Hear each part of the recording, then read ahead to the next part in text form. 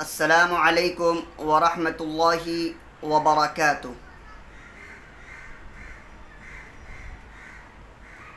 بارہا یہ دیکھا جاتا ہے کہ لوگ وضو کرتے ہیں لیکن وضو کرنے سے پہلے نیت نہیں کرتے اور بغیر نیت کے وضو کر کے نماز پڑھ لیتے ہیں۔ تو لوگ یہ پوچھتے ہیں کہ یہ ہمارا وضو ہوا یا نہیں۔ لوگوں کے ذہن میں یہ اشکال کہ ہمارا وضو ہوا یا نہیں کیوں آیا؟ دراصل یہ اشکال اس لیے آتا ہے کہ وضو سے پہلے نیت کرنا امام شافعی رحمۃ اللہ علیہ کے نزدیک فرض ہے۔ امام شافعی رحمۃ اللہ علیہ فرماتے ہیں کہ اگر کوئی شخص وضو سے پہلے نیت نہیں کرتا ہے تو اس کا وضو نہیں ہوگا، جبکہ امام ابو حنیفہ رحمۃ اللہ علیہ کے نزدیک یہ ہے کہ اگر کوئی شخص وضو سے پہلے نیت نہیں کرتا ہے تو اس کا وضو ہو جائے گا۔ یہ اختلاف کیوں ہوا؟ آج کے اس ویڈیو میں ہم اسی اختلاف کو جاننے والے ہیں، تو چلیے شروع کرتے ہیں۔ امام شافعی رحمۃ اللہ علیہ فرماتے ہیں کہ وضو سے پہلے بسم اللہ نیت کرنا فرض ہے۔ اگر کوئی شخص وضو سے پہلے نیت نہیں کرتا ہے تو اس کا وضو نہیں ہوگا۔ امام شافعی رحمۃ اللہ علیہ کی دلیل یہ ہے، وہ فرماتے ہیں انما الاعمال بالنیات، یہ ایک حدیث ہے، انما الاعمال بالنیات، اعمال کا دار و مدار نیتوں پر ہے، یعنی عمل اسی وقت صحیح ہوگا جب اس میں نیت ہوگی۔ اعمال کا دار و مدار نیتوں پر ہے۔ اگر کوئی لہذا وضو بھی ایک عمل ہے، لہذا اگر کوئی شخص وضو بغیر نیت کے کرتا ہے تو اس کا وضو درست نہیں ہوگا۔ امام شافعی رحمۃ اللہ علیہ کی دوسری دلیل یہ ہے، وہ فرماتے ہیں کہ وضو ایک عبادت ہے اور عبادت بغیر نیت کے درست نہیں ہوتی، جیسے کہ تیمم ایک عبادت ہے، لہذا تیمم بغیر نیت کے درست نہیں ہوتا۔ اگر کوئی شخص تیمم بغیر نیت کے کرے تو اس کا تیمم درست نہیں ہوگا۔ امام ابو حنیفہ رحمۃ اللہ علیہ فرماتے ہیں کہ اگر کوئی شخص بغیر نیت کے وضو کرتا ہے تو اس کا وضو ہو جائے گا۔ امام ابو حنیفہ رحمۃ اللہ علیہ کی دلیل یہ ہے کہ ایک شخص نے آپ صلی اللہ علیہ وسلم سے وضو کے بارے میں دریافت فرمایا، پوچھا کہ وضو میں کیا کیا چیزیں ہیں، تو آپ صلی اللہ علیہ وسلم نے وضو کی تفصیل بتائی، لیکن اس تفصیل میں وضو سے پہلے نیت کا تذکرہ نہیں فرمایا۔ اس سے پتہ یہ چلا کہ اگر وضو سے پہلے نیت کرنا فرض ہوتا تو آپ صلی اللہ علیہ وسلم وضو سے پہلے نیت کا تذکرہ ضرور فرماتے۔ امام ابو حنیفہ رحمۃ اللہ علیہ امام شافعی رحمۃ اللہ علیہ کی دلیل کا جواب یہ دیتے ہیں۔ امام شافعی رحمۃ اللہ علیہ نے دو دلیل دی تھی۔ ایک دلیل انما الاعمال بالنیات، اس کا جواب امام ابو حنیفہ رحمۃ اللہ علیہ یہ دیتے ہیں کہ انما الاعمال بالنیات میں اعمال سے پہلے ثواب پوشیدہ ہے، یعنی مطلب یہ ہوا ثواب الاعمال بالنیات، یعنی اعمال کے ثواب کا دار و مدار نیتوں پر ہے۔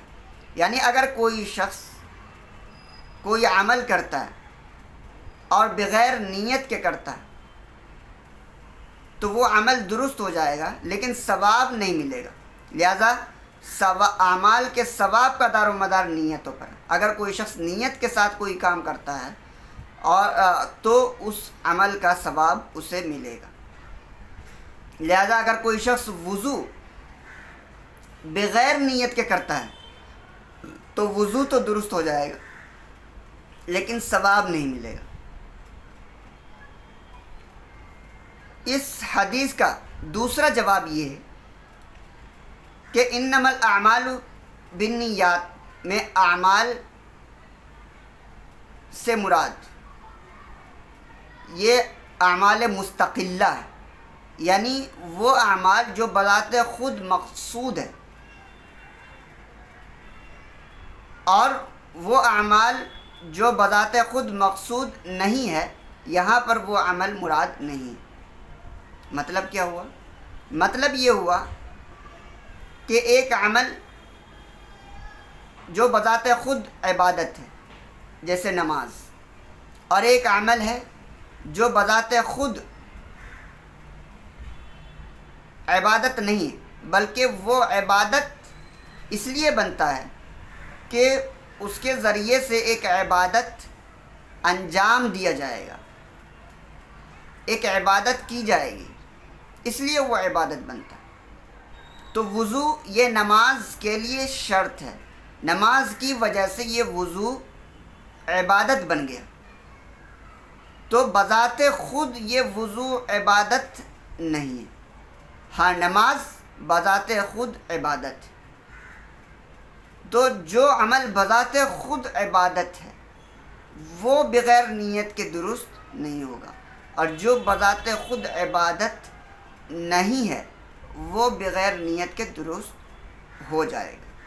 تو انما الاعمال بالنیات میں وہ عمل مراد ہے جو بذات خود عبادت ہے، جو بذات خود عبادت ہے وہ بغیر نیت کے درست نہیں ہوگا، اور جو بذات خود عبادت نہیں ہے وہ بغیر نیت کے درست ہو جائے گا۔ تو انما الاعمال بالنیات میں اعمال مستقلہ مراد ہے، یعنی وہ اعمال جو بذات خود عبادت ہے، تو وضو اس عمل میں شامل نہیں ہے۔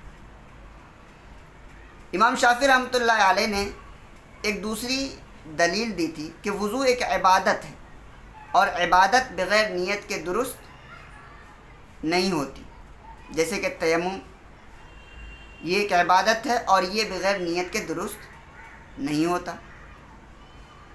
اس کا جواب یہ ہے کہ وضو بغیر نیت کے عبادت نہیں بنے گا، بات تو صحیح ہے، بغیر نیت کے عبادت نہیں بنے گا، لیکن بغیر نیت کے اعضاء تو پاک ہو جائیں گے، یعنی اعضاء کو پاک کرنے والا تو بن جائے گا، کیونکہ وضو یہ پانی کے ذریعے کیا جاتا ہے اور پانی بنایا ہی گیا پاک کرنے کے لیے۔ اگر کوئی شخص، مثال کے طور پر اگر کوئی شخص فرش پر پانی بہاتا ہے اور اسے پتہ نہیں کہ فرش پر نجاست بھی ہے، لگی ہوئی ہے، اور اس نے پانی بہایا اور اس پانی کے ساتھ ساتھ نجاست بھی دھل گیا، تو فرش پاک ہوگا یا نہیں؟ ہو جائے گا۔ تو جب بغیر نیت کے پانی اس نے بہایا اور نجاست ساتھ ساتھ دھل گئی تو اس سے فرش پاک ہو گیا، جبکہ نیت یہاں پر نہیں ہے۔ تو جب بغیر نیت کے فرش پاک ہو گیا تو بغیر نیت کے اعضاء وضو یعنی ہاتھ، منہ، پیر جو اس نے دھویا بغیر نیت کے وہ بھی پاک ہونا چاہیے۔ تو پتہ یہ چلا کہ پانی کے ذریعے پانی کو پاک کرنے کے لیے بنایا گیا، لہذا اگر کوئی شخص بغیر نیت کے اعضاء وضو دھوتا ہے تو اعضاء وضو پاک ہو جائے گا، اگرچہ یہ عبادت نہیں بنے گا لیکن اعضاء وضو پاک تو ہو جائے گا، اور جب اعضاء وضو پاک ہو گیا تو پھر اس کے ذریعے سے نماز بھی درست ہوگی۔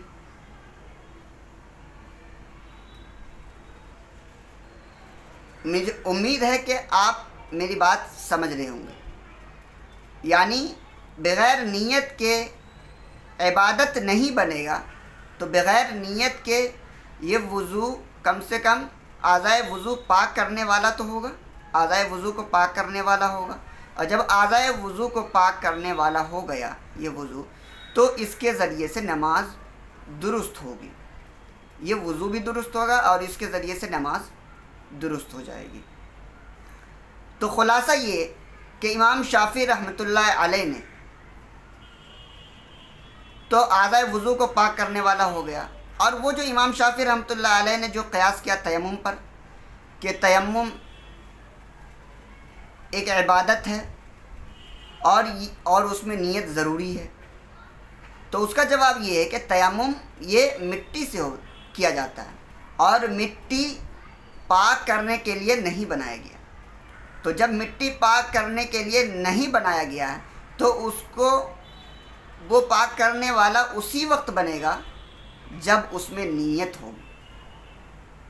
تو لہٰذا آپ کا تیمم پر قیاس کرنا درست نہیں ہے۔ تو خلاصہ یہ ہے کہ امام شافعی رحمۃ اللہ علیہ نے جو وضو کے اندر نیت کو ضروری قرار دیا وہ دراصل فہم کا اختلاف ہے۔